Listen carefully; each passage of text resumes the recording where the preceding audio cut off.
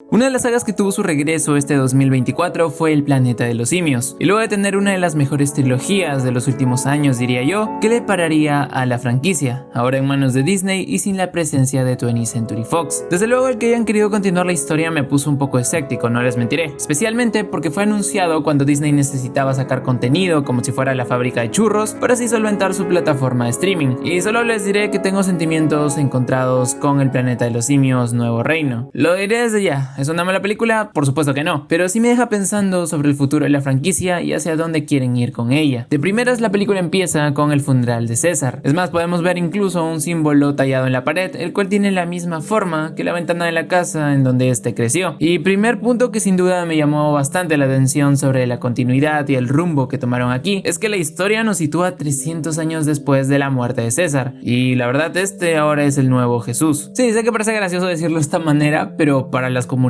de simios hasta el reino del próximo es visto como tal. Tanto sus pensamientos como sus acciones quedaron como ejemplo que lo terminaron convirtiendo en el primer anciano. Y nuestro protagonista Noah, el cual sí, está igualito a César y seguro que es descendiente de este, tiene una historia bastante predecible al inicio. Quiero decir, todo lo referente a su vida en la aldea, el que veamos su convivencia con amigos y familia, está bien, pero por alguna razón tuve un problema de ritmo en los primeros 20 minutos, que la verdad me parecieron preocupantes y me sorprendieron para mal, porque más allá de que es algo que ya hemos visto antes, el cómo se tomaban tiempo para algunas cosas hizo que la primera parte se me hiciera bastante cansada y un poco aburrida. No es hasta cuando su aldea es atacada donde por fin siento que la película se equilibra un poco mejor. Y por supuesto tenemos que hablar del mejor personaje de la película. Muchos mencionan al próximo César y todo bien con él, ahora voy a hablar de él, pero Raka, a través de su sabiduría y su actitud tan sosegada, me terminó por interesar incluso más que el protagonista. Además, él brinda la otra perspectiva sobre César a Noah, y esto es importante porque de primeras vemos cómo Raka predica su palabra siguiendo los valores auténticos del César que nosotros conocemos, y ya de primeras esto me hizo percibir un contraste con el protagonista, porque es necesario mencionar a Nova, o como en realidad se llama, May. Ahora indago mejor en su personaje, pero el cómo se siente Noah respecto a su intervención es clave para marcar el contraste, porque mientras que César era empático al crecer en un entorno donde tuvo lo mejor de ellos, Noah solo tiene referencias de que son denominados simples ecos, que son inferiores y en general no tiene confianza en ellos. Todo esto hace que tampoco tenga empatía con May y que la trate con bastante recelo. Ahí siento que es donde se marca la principal diferencia entre César y Noah, y la verdad es necesaria marcarla porque si van a traer a un nuevo protagonista es necesario diferenciarlo y hacer que destaque al menos a la altura de cómo fue César, y ya sabrán que eso no es para nada sencillo. Pero oigan, pese a que hay oportunidad de recurrir al fanservice, pues sí son sutiles en ese aspecto. A ver, las intenciones son claras. Si antes tuvimos a César y a Maurice, ahora tendremos a Noah y a Raka, y este último evidentemente se quedará al lado del protagonista para futuras apariciones.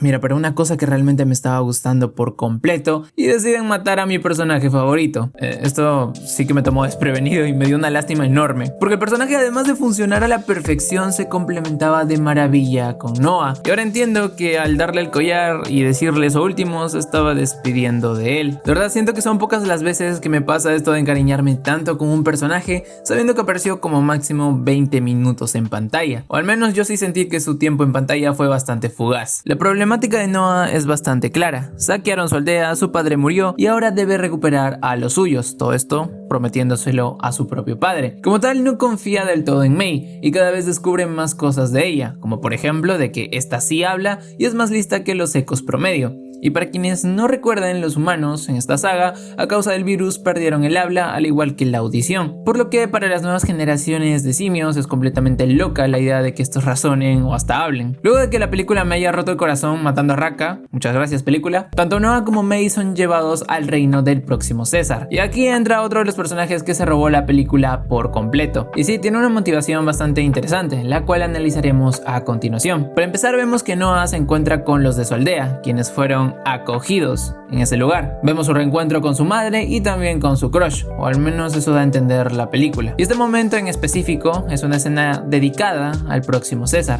más que nada en resaltar su presencia y el cómo impone ante los demás simios, los cuales, pese a ser rescatados en sus palabras, en realidad están ahí siguiendo órdenes porque no les queda de otra. Y aquí tenemos el contraste más importante de la película, y es el choque de ideales entre el protagonista y el antagonista. Durante el primer tramo vimos a través de Raka forma como este predicaba las acciones de César, haciendo que prevalezcan, siendo esto poco a poco valioso para el propio Noah, quien ni había escuchado de César y también siente que no le estuvieron diciendo algo del todo. Sin embargo, por otro lado tenemos a Próximo, quien se autodenomina como el siguiente César, pese a que nadie le ha dado ese título, y es que en sus palabras quiere progreso para el resto de simios, pero esto se expresa mediante el miedo y prácticamente obligando a los demás clanes que conviven en tranquilidad para que se unan a su reinado. Y bueno, si no lo hacen, pues directamente no le sirven. Entiendo su punto de querer el avance para el resto de simios, pero las maneras son completamente erradas. Fácilmente se podría decir que utiliza la tradición a su antojo, solo para elevar sus ideales supremacistas y tiránicos. Y son justamente dichos ideales que se ven contrapuestos en el transcurso de la película. Y ese es más que nada el aporte que esta hace, porque de ahí en más tenemos la pieza que desencadenaría el tercer acto. Todo este tema de la bóveda y lo clave que es May sí complica las cosas innecesariamente para mi gusto. Y bueno, voy a hablar de ella ahora. En parte siento que es interesante su personaje, pero no me termina de funcionar. El mensaje es claro nuevamente, ella representa el egoísmo y el beneficio que saca la humanidad como especie. Además está recordar que el afán de querer controlarlo todo fue lo que llevó a cabo el virus y lo que casi los termina matando. Es más, si comparamos la sociedad de la primera película con esta, simplemente resulta aterrador. Pero lo que no entiende May es que el mundo ya cambió por completo. Los humanos ahora están distribuidos en colonias en distintas partes del mundo, aunque el final ya nos anticipa un conflicto que sin duda dará trama para el resto de películas, que leí por ahí que quieren hacer como 6, y el que existe potencial es cierto, pero el hecho de que muestren a la humanidad de nuevo avanzada, bueno, recuperándose,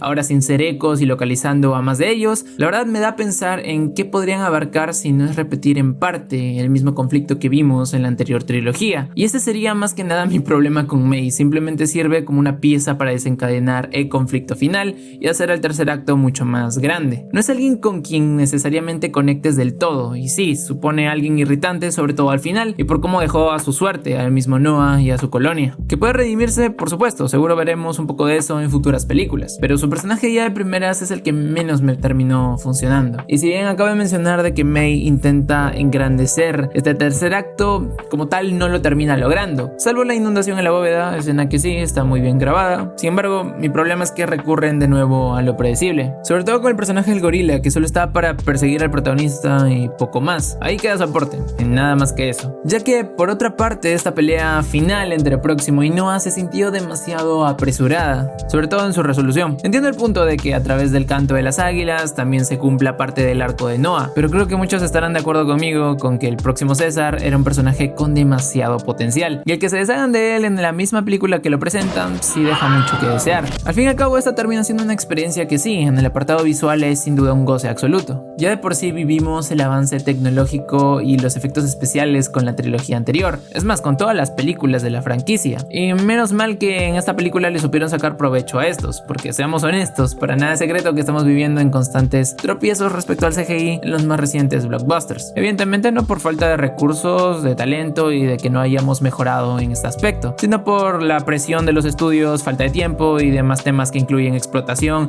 entre otras cosas. Y bueno, esta es la muestra de que cuando se toman el tiempo de hacer las cosas bien, por supuesto que es más que merecido el reconocimiento. El principal problema que tengo con la película es que no me trajo casi nada nuevo, o al menos no aún. Los aspectos que más me llamaron la atención es sobre cómo tratan lo que representa la tradición de César y de choque ideales entre los personajes principales. El planeta de los simios, Nuevo Reino, entiende que, al menos por ahora, no hay mucho que añadirle en cuanto a mitología a este universo, y en lugar de expandir se enfoca en algo igualmente importante, el recordar. Los mitos que forman una cultura y una tradición tienden a ser olvidados con el tiempo, lo que lleva a dos caminos que son justamente los de nuestro héroe y nuestro villano. Y bueno, como mencioné, este es el punto más importante y curiosamente el que más me gustó de toda la película. Estas formas opuestas de enfrentarse a la tradición son presentadas de una manera que nos permite comprender lo antagónicas que son. La narrativa entrelaza el inicio con el final de una manera decente. Sigo creyendo que la historia que nos mostraron cae en lo predecible y el ritmo al inicio es bastante mejorable. Sin embargo, no puedo negar que para el segundo acto tenemos momentos bastante clave, en los que entiendo que la película quiere que aprecies en lo que se convirtió el mundo. Rescato sobre todo este momento en el que Noah está montado a caballo y podemos ver lo que en algún momento fueron edificios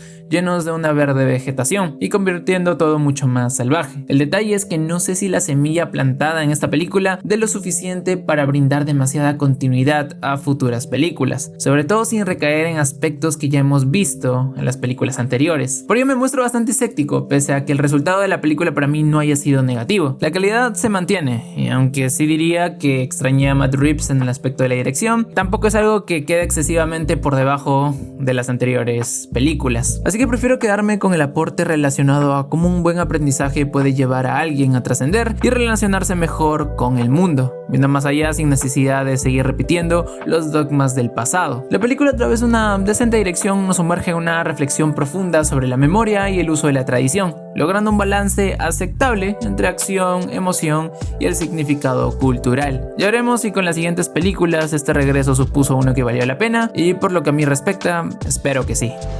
Continúa. Ideales de César.